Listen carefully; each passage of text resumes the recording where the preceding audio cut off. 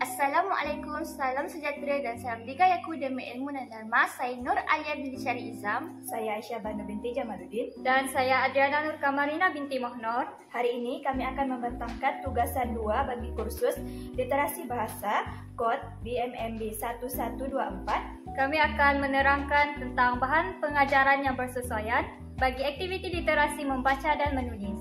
Hari ini kami akan menyediakan 2 jenis bahan bantu mengajar, yaitu literasi membaca dan literasi menulis. Bagi literasi membaca, terdapat 3 peringkat, yaitu peringkat prabacaan, peringkat mekanis, dan peringkat mentalis. Manakala bagi literasi menulis, turut terdapat 3 peringkat, yaitu peringkat pramenulis, mekanis, dan pelahiran. Seterusnya, apa itu literasi membaca? Literasi membaca ini merupakan landasan kemahiran bahasa yang diperlukan untuk menguasai kemahiran belajar. Kemahiran membaca juga adalah proses mental yang aktif melibatkan pengajaran mendapatkan makna teks. Jadi, dengan aktiviti bahan pengajaran yang sesuai, ini dapat membantu murid membina ilmu pengetahuan dengan lebih baik dari peringkat awal persekolahan. Peringkat pertama merupakan peringkat prabacaan. Peringkat prabacaan merupakan tempoh masa kanak-kanak untuk bersedia membaca serta penting untuk murid-murid kuasai sebelum diajarkan kemahiran membaca. Dalam tempoh ini juga, murid-murid didedahkan dengan aktiviti yang boleh menarik minat mereka untuk membaca, dan kemahiran ini boleh diajarkan juga kepada murid yang lemah agar dapat menguasai kemahiran membaca. Peringkat prabacaan ini terbagi kepada 3, iaitu pengamatan penglihatan, pengamatan pendengaran, dan pergerakan tangan dan mata. Peringkat prabacaan untuk aktiviti pengamatan penglihatan yang kami pilih adalah memadankan gambar yang sama. Tujuan atau objektif aktiviti menjalankan untuk membantu murid mengekalkan ingatan sekiranya dilaksanakan secara santai dan menarik. Yang kedua, untuk merangsang penglihatan murid supaya lebih baik. Cara-cara untuk menjalankan aktiviti ini boleh dijalankan secara digital atau maujud. Namun, hari ini saya akan menjalankan aktiviti ini secara maujud. Cara yang pertama ialah guru menunjukkan pelbagai jenis gambar secara lawak seperti ini, dan seterusnya murid melihat gambar yang sama dan padankan. Dan yang ketiga, murid menyatakan kepada rakan-rakan apakah gambar yang dipadankan. Okey murid-murid, nampak tak gambar yang berada dekat depan ni? Nampak. Okey, cikgu nak seorang murid tampalkan gambar yang sama dekat depan ni. Cikgu nak pilih Aisyah. Okey Aisyah, Ya, cikgu. okey, pilih gambar yang sama dekat depan ni. Gambar ini. Ini apa? Ini tembikai. Okey, kat mana gambar yang sama dengan gambar yang Aisyah pegang tu? Ini. Di sini. Betul. Okey. Agak-agak betul ke Aisyah lekat tu? Betul. Okey, lagi satu lagi. Gambar Gambar kedua, ini. gambar apa? Ini gambar bunga. Gambar apa murid-murid? Bunga, cikgu. Okey. Di sini. Betul ke? Betul? Okey. Betul ke Aisyah lekat dekat sini? Betul. Okay, semua tepuk tangan. Yeah. Jadi, kelebihan yang dapat daripada aktiviti sebentar tadi ialah yang pertama, murid dapat membanding beza bentuk yang sama ataupun gambar yang sama. Yang kedua, murid dapat merangsang kebesaran penglihatan murid sebelum menguasai kemahiran membaca. Seterusnya, aktiviti bacaan untuk pengamatan pendengaran ialah aktiviti memadankan bunyi haiwan dengan gambar haiwan yang betul. Objektif aktiviti ini ialah yang pertama, menguji tahap kecekapan kemahiran mendengar murid. Yang kedua, mengenal pasti murid yang mempunyai masalah pendengaran. Dan yang ketiga, murid mengenal pasti perbezaan antara bunyi haiwan. Cara menjalankan aktiviti ini ialah yang pertama, guru memperdengarkan bunyi haiwan secara kuat kepada murid. Yang kedua, murid mengenal pasti bunyi haiwan yang didengar. Dan yang ketiga, murid memadankan bunyi haiwan dengan gambar yang disediakan. Okey murid-murid, sekarang cikgu akan bagi korang dengar bunyi-bunyi haiwan. Okey, dengar ni. Okey, bunyi haiwan yang pertama.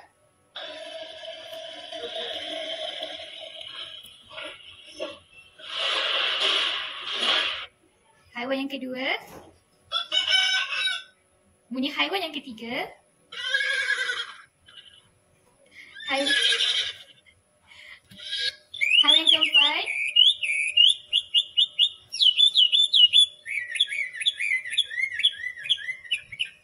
Haiwan yang kelima.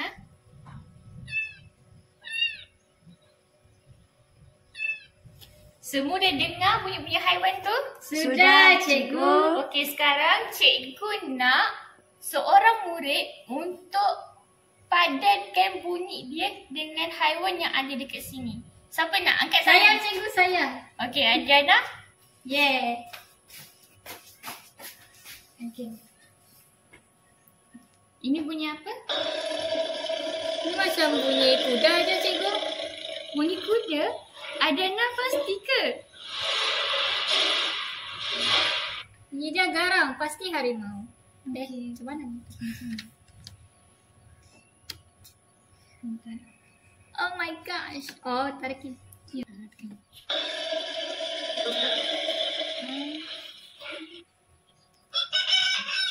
Ini bunyi ayam.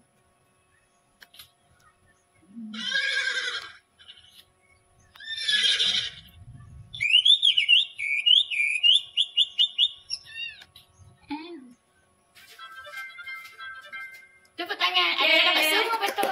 Yeay. Okey, kelebihan yang terdapat dalam aktiviti yang kita buat sebentar tadi, kelebihannya ialah dapat merangsang kemahiran mendengar murid dengan lebih baik. Yang kedua, memberi peluang kepada murid untuk berfikir tentang bunyi yang sedang didengar. Dan yang terakhir, gambar dan bunyi yang dapat menarik perhatian murid. Terusnya ialah peringkat kedua dalam literasi membaca, iaitu bacaan mekanis. Bacaan mekanis merupakan bacaan bersuara yang menyuarakan tulisan dengan sebutan yang jelas dan terang, dengan intonasi dan irama mengikut gaya membaca yang betul dengan menyuarakan, menggerakkan alat-alat pertuturan. Okey, tujuan bacaan mekanis ni adalah untuk membolehkan murid-murid membaca dengan cekap dan pantas, dengan sebutan dan intonasi yang betul dan jelas, serta dapat mengembangkan atau mempelajari unsur bahasa seperti tata bahasa, kosakata dan juga apabila menggunakan kamus. Okey, hari ini aktiviti kita cikgu akan menggunakan bahan digital, iaitu susun huruf dan tulis semula. Okey, di sini dia ada huruf-huruf yang rawak, huruf secara rawak. Jadi cikgu mau satu orang murid lah susun semula huruf untuk menjadi satu perkataan yang bermakna. Siapa mau? Saya!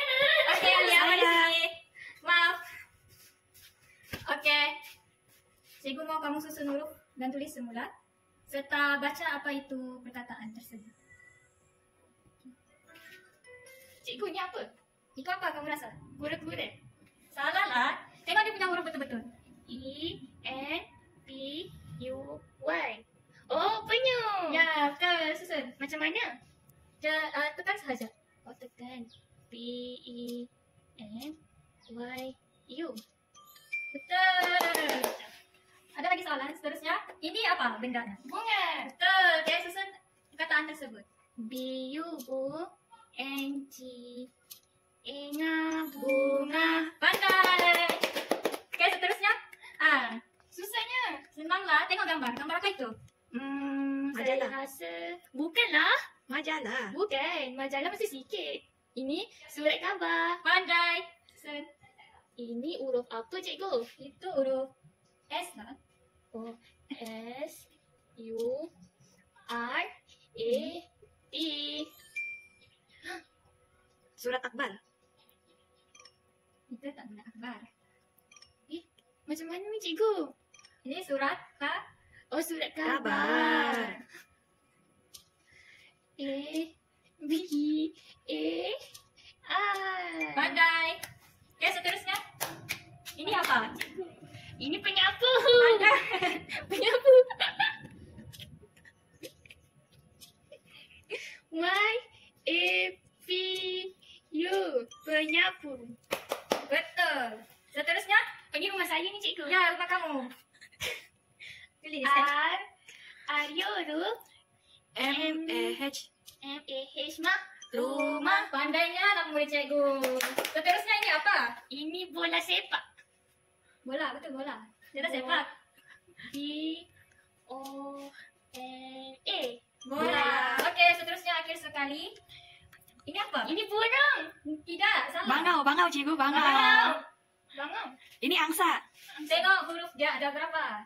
Ada 1, 2, 3, 4. Rasa-rasanya ini haiwan apa? Itik. Betul. 1 I-T-I-K. Itik. Yeay. Betul. Tahniah dapat full markah penuh. Beri tepukan kepada Alia.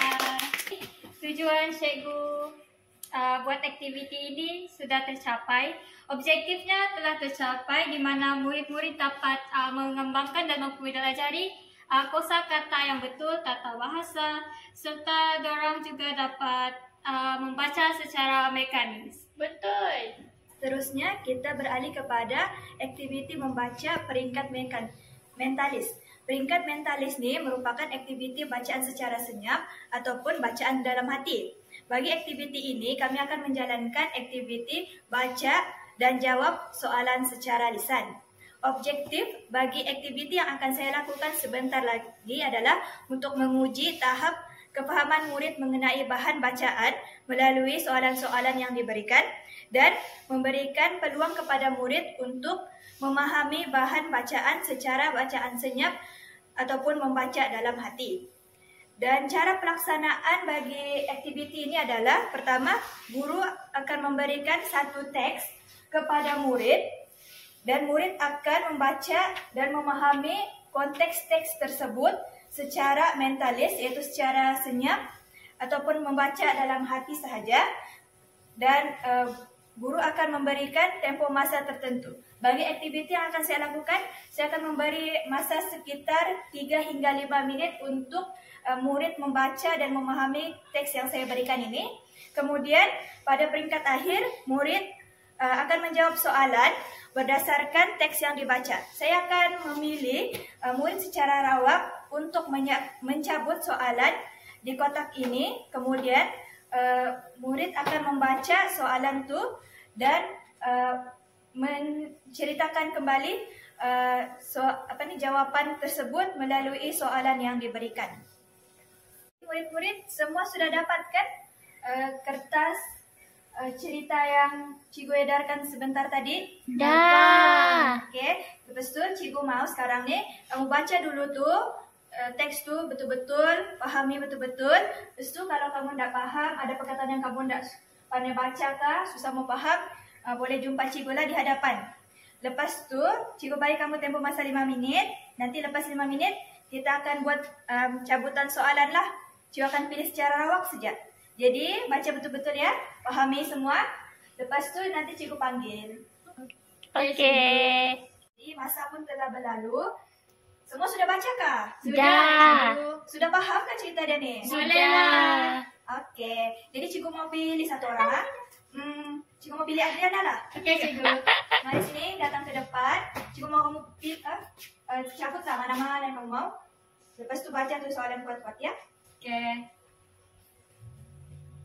Soalan dia, apakah haiwan yang menuju ke arah rusa? Jawapannya ialah anjing. Okey, betul. Bagikan tepukan yang kepada Adriana. Jadi tadi Adriana sudah jawab kan? Ya. Jadi Cikgu mau pilih lagi satu orang datang ke depan untuk cabut ni soalan. Jadi Cikgu mau pilih Alia lah. Datang sini ya. Okey. Pilih jangan mana-mana. Lepas tu baca kuat-kuat biar semua kawan-kawan dengar soalan tu. Okey, soalan dia, apakah yang menyebabkan rusa menyedari kegunaan kakinya? Jadi apakah setelah Alia bacakan tadi sudah? Jadi apa peristiwa yang menyebabkan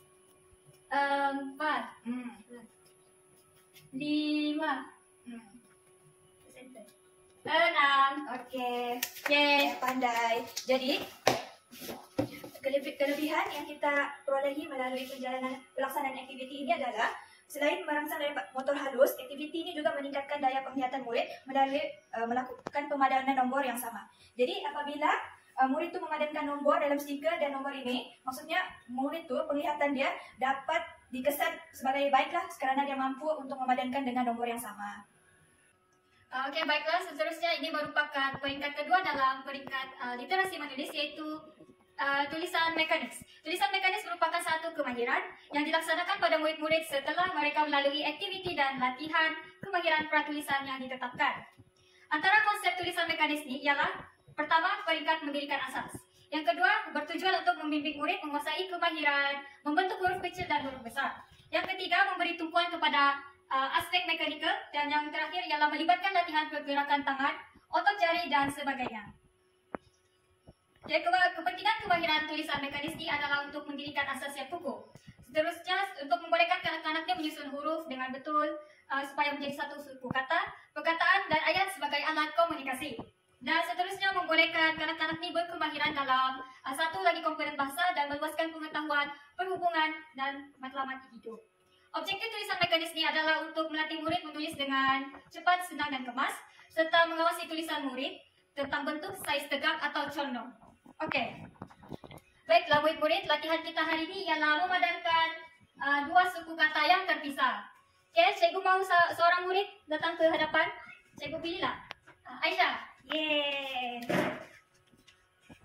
Okey, ini merupakan latihan yang pertama. Cikgu mahu kamu perhatikan betul-betul gambar-gambar di sebelah ni. Dan cikgu mahu kamu padankan mengikut suku katanya yang betul, mengikut gambar. Ikut gambar. Ya,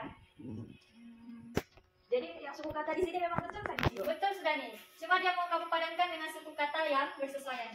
Oh, paham. Yang ini gigi. Betul. Sampai habis kan, Cikgu? Ya, buat sampai habis. Oke. Ini lima. Betul. Lepas tu ini cili. Betul. Lepas tu kita ada labu. Betul. Ini bulan. Itu adakah sambungan dia dengan lan? Oh, ini bumi. Okey, pandai. Lepas tu yang akhir ni mesti siku. Betul. Oke. Okey, terima kasih Aisyah. Sama-sama, Cikgu. Kamu sangat pandai. Yeay. Silakan duduk. Okey, jadi untuk aktiviti pertama, murid bukan sahaja dapat memadankan suku kata yang terpisah dengan betul, malahan dia juga dapat melatih pergerakan dan koordinat mata dan tangan murid tersebut. Okey, seterusnya aktiviti yang kedua, cikgu mau kamu tulis huruf vokal yang tertinggal pada ruang kosong yang telah disediakan. Huruf vokal dia ni ikut berdasarkan gambar. Tidak kisahlah mau tulis E kah, O kah, U kah. Yang penting ikut gambar, okey? Pastikan dia menjadi satu perkataan yang bermakna, yang membawa maksud kepada gambar-gambar tersebut. Okey, cikgu mau pilih Alia jawab. Alia jawab. Ini gambar apa? Saya rasa ini songkok. Bukan, salah. Ini topi. Ya, betul. Huruf vokal apa yang tertinggal? Huruf vokal huruf O dengan huruf I. Betul.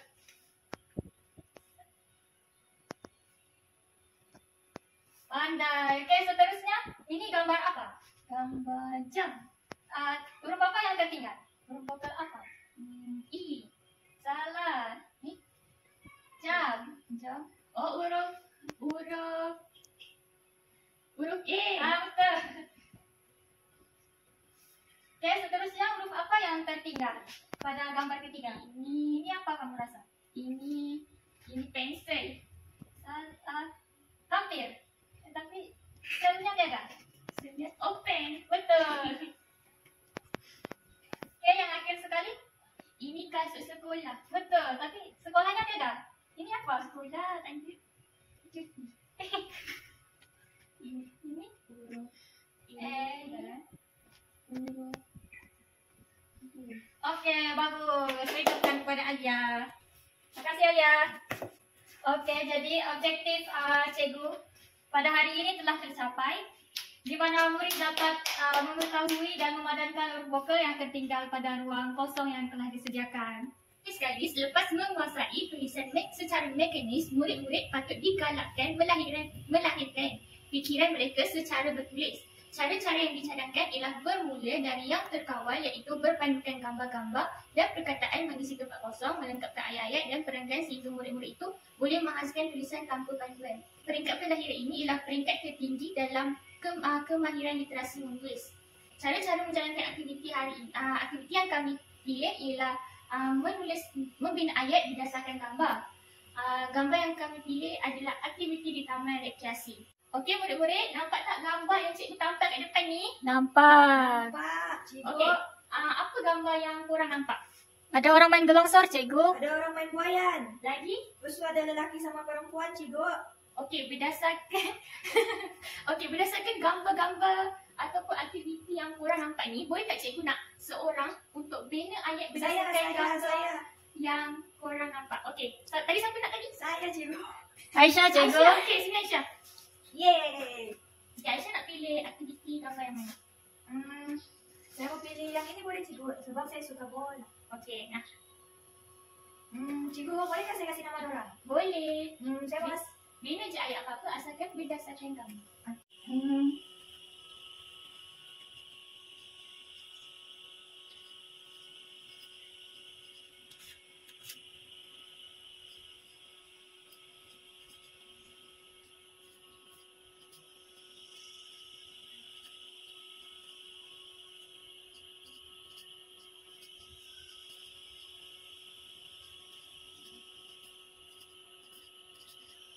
Okey, Aisyah, boleh tak Aisyah baca kat Puan terangkan kat kawan-kawan? Boleh cikgu. Jadi ayat yang saya tulis adalah Ali dan Abu bermain bola di padang. Okey, tepuk tangan. Yeay. Pandai Aisyah. Makasih. Seterusnya, cikgu nak Saya. Okey, Adiana. Yeah. Okey, Adiana kena bina ayat berdasarkan gambaran juga. Baik, cikgu.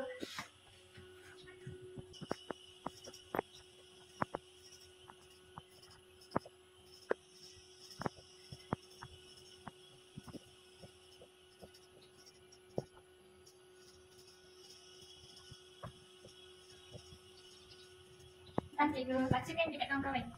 Maisara sedang bermain layang-layang. Ini Nadia. Okey, tepuk tangan. Yeay. Okay, berdasarkan aktiviti sebentar tadi, kita dapat lihat yang murid-murid dapat mengasah pemikiran mereka daripada kemahiran melihat juga. Selain itu, kelebihan daripada aktiviti ini, murid-murid dapat melatih ataupun memupuk motor halus tangan mereka dengan membina ayat yang lengkap. Apa yang dapat saya simpulkan ialah bahan pengajaran akan membantu murid untuk memahami sesuatu konsep atau makna dengan mudah sesuai dengan upaya murid tersebut. Selain itu, melalui proses pengajaran dan pembelajaran di dalam bilik darjah akan menjadi lebih aktif kerana berlaku interaksi dua hala antara guru dan murid dan juga murid dengan bahan bantu pengajaran tersebut.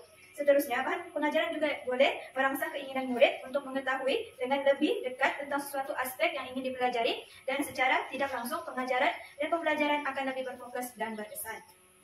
Okey, pada pandangan saya, bahan bantu mengajari dapat melahirkan dorongan daya kreativiti baik kepada guru maupun pelajar. Dan seterusnya melahirkan satu interaksi dan kerjasama antara pelajar dengan guru dan pelajar dengan pelajar. Dan akhir sekali dapat menjimatkan masa dan pelajar akan belajar lebih banyak dalam masa yang singkat. Akhir sekali, saya dapat simpulkan secara menyeluruh bahawa bahan pengajaran juga dapat memberi pendedahan kepada murid tentang pelbagai kemahiran bahasa secara tidak langsung. Bahan bantu mengajar ini juga membantu membina dan menambahkan perbendaharaan murid.